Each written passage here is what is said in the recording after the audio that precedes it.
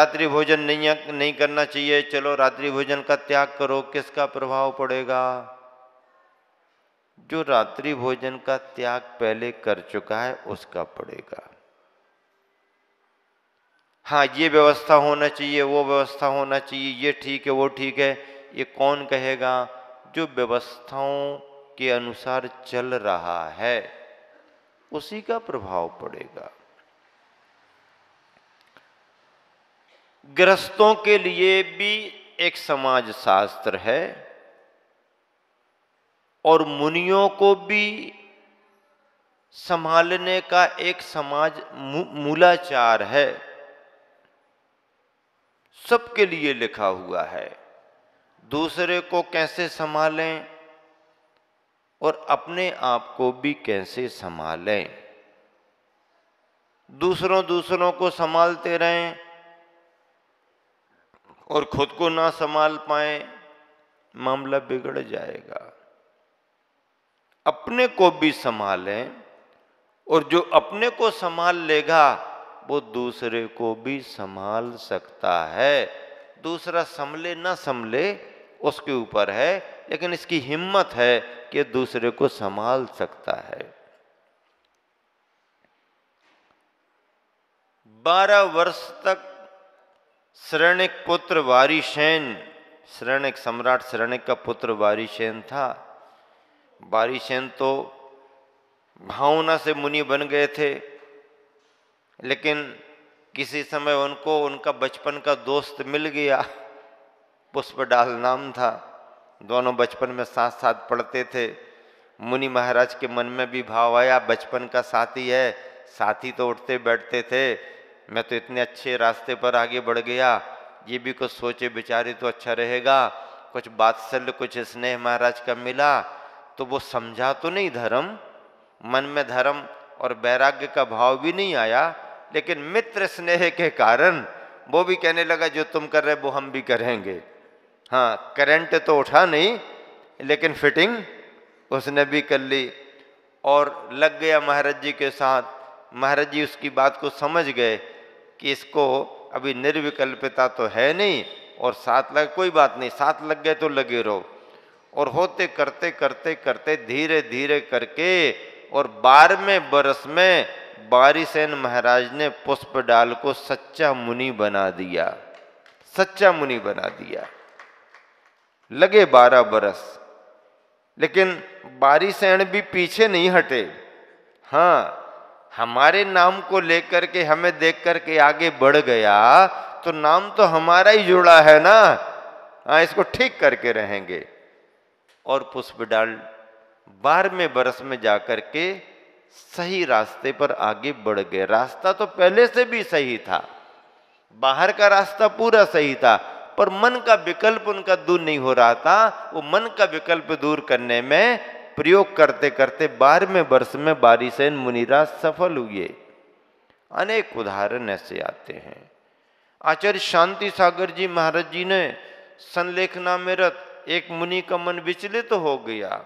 उन्हें मालूम चला शांति सागर जी दूसरी जगह चौमासा कर रहे थे, वो दूसरी जगह, लेकिन एक एरिया भी बांध लिया करते हैं। और ऐसे आपत्ति विपत्ति काल में यदि मुनि महाराज किसी की रक्षा के लिए, किसी के मन को निश्चिंत करने के लिए नियम धर्म को आगे बढ़ जाए तो भी कोई दोष नहीं माना गया, क्योंकि धर्म का कार्य है, धर्मात्मा का कार्य है। आचार्य शांति सागर जी महाराज ने उन संलेखना मन से ली, संकल्प मन से किया, साधना उनकी बहुत अच्छी थी, लेकिन शरीर की इतनी प्रतिकूलताएं आ गईं कि मन कमजोर होने लगा।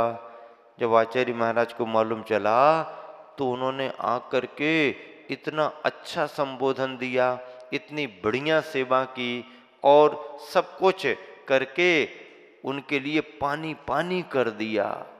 और वो क्षमा याचना करने लगे और उन्होंने महाराज जी के सामने पूर्ण रूप से दृढ़ता के साथ पुनः उस संलेखना की तैयारी कर ली और बहुत अच्छी संलेखना हुई। ऐसे उदाहरण मिलते हैं।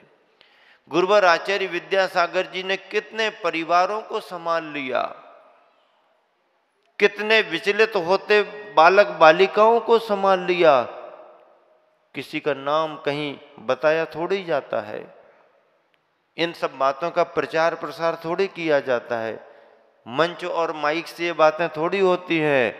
लेकिन हजारों बालक बालिका विचलित मन वाले भी गुरुवर को देख करके उनके पास आकर के पानी पानी हो गए। सैकड़ों बालिकाएं जिन्होंने निर्णय कर लिया जाएंगे, अब उसी समाज में जाएंगे, घर परिवार नहीं समझा पाया, लेकिन जैसे ही नाम लिया कि आचार्य श्री के पास एक बार दर्शन करने तो चलो, और गए। 2 शब्द संबोधन के आचार्य श्री के मिले, पूरा भाव बदल दिया। ऐसे बालक भी, हाँ नहीं ये काम अपन को नहीं करना, ये परिवार के योग्य नहीं है, ये समाज के योग्य नहीं है, ये धर्म के योग्य नहीं है। मन में कुछ भी भाव आया हो, परिस्थिति तुम्हारी कुछ भी हो, नहीं कुछ नहीं करना, और स्नेह से आशीर्वाद मिल गया।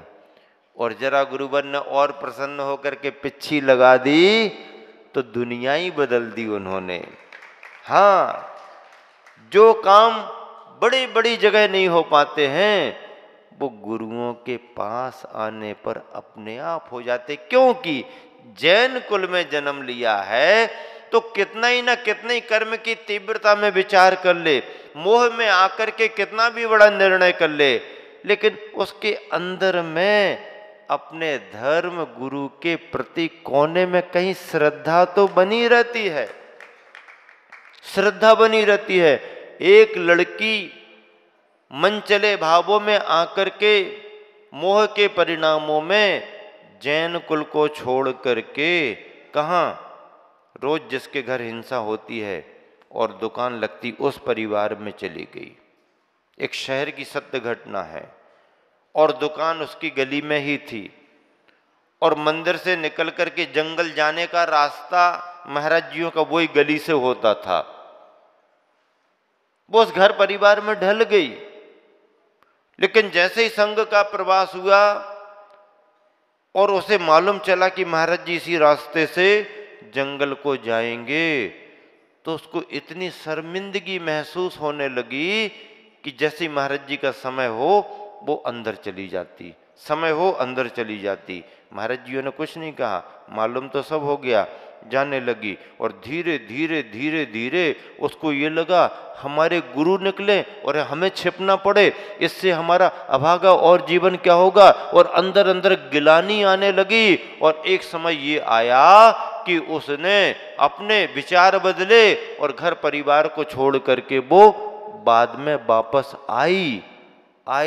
अब क्या है, अब कोई परिवार के पास बचा नहीं, कुछ नहीं बचा, कुछ कर भी नहीं सकते। अब कुछ करेंगे भी तो मर्यादा विहीन हो जाएगा, लेकिन आई तो संरक्षण देना तो काम है। महाराज जियों के पास बात आई, महाराज जियों ने कहा शाम का भूला सुबह का भूला, शाम को भी यदि वापस आ जाए तो शरण देना पड़ती है। कोई बात नहीं, जन्म तो इसका इस कुल में ही हुआ है, लौट करके यदि आ गई है तो इसे संरक्षण तो दो, भले उसके आगे के रास्ते बंद हैं, वो बाद में देखा जाएगा, लेकिन संरक्षण देना पड़ेगा। और कह करके उसको संरक्षण दिलाया। आज भी वह अपनी परिस्थिति के अनुसार संरक्षण पा करके जो उससे बनता है धर्म में लगी हुई है। ऐसे अनेक बच्चों के साथ घटनाएं घटित हो जाती हैं, विचलित हो जाते हैं, लोभ में आ जाते हैं, आकर्षण में आ जाते हैं, नई उम्र में समझ नहीं पाते, बाद में परिवार परेशान होता है, उनकी जिंदगी खुद परेशान हो जाती है, बाद में कुछ बचता नहीं है। पर यदि हमारे पास कोई चीज आए तो उसे संरक्षण देना और मूल से जोड़ करके रखना, यह सम्यक दर्शन का स्थितीकरण अंग है, स्थितीकरण अंग है। हाँ, इतना अवश्य होना कि हम संभालेंगे तो, लेकिन उसके संभालने की चपेट में हम ही डूब जाएं, हाँ, डूबने की नौबत आ जाए तो तुम जानो तुम्हारा काम जाने, हम अपने को पहले संभालेंगे। और अपने को संभालते हुए यदि अपनी सामर्थ्य है तो दूसरे को संभालना भी बहुत अच्छी बात है। एक बार ऐसा हुआ, एक चींटी बहुत तेजी से भागी भागी जा रही। कौन जा रही? चींटी बहुत तेजी से भागी भागी जा रही। किसी ने रोक करके पूछा, इतनी जल्दी में कहां? क्यों बहन, क्या बात है? घबराई घबराई दिख रही हो, है क्या बात हो गई? कोई समाचार आ गया क्या कहीं से? है ऐसे घबराई घबराई भागी जा रही, क्या बात है? अरे रोको मत जल्दी जाने दो, रोको मत जल्दी। अरे बात क्या है बताओ तो, बात क्या हो गई? अरे अभी समाचार आया है कि एक हाथी का एक्सीडेंट हो गया। हाँ, क्या हो गया? हाथी का एक्सीडेंट हो गया है। तो तुम क्या करोगी वहां जाके? मुझे ब्लड देना है उसके लिए, हाथी के लिए मैं ब्लड देने जा रही हूं। हैं? हाथी के एक्सीडेंट में चींटी ब्लड देने भाग रही। भावना तो बहुत अच्छी है, लेकिन हाथी को चींटी के ब्लड से काम होने वाला नहीं है। हाथी को ब्लड देने के लिए तो गजराज चाहिए, हाथी चाहिए। कोई हाथी दलदल में फंस गया, कौन निकाले? कौन निकाले? चूहा? मैं निकालूंगा, मैं निकालूंगा, सब हट जाओ, मैं निकालूंगा। चूहा? खरगोश? है तुम्हारे घर का कुत्ता? मोहल्ले में घूमने वाले? इनकी हिम्मत नहीं, ये तो यहीं तक के ठीक हैं। दलदल में हाथी फंस गया है तो उस दलदल से हाथी को निकालने वाला भी हाथी गजराज चाहिए। हाँ, जिसमें क्षमता है कि वो हाथी को भी खींच सकता है, वो ही निकाल पाएगा, दूसरा नहीं। स्थितिकरण अंग ऐसा है।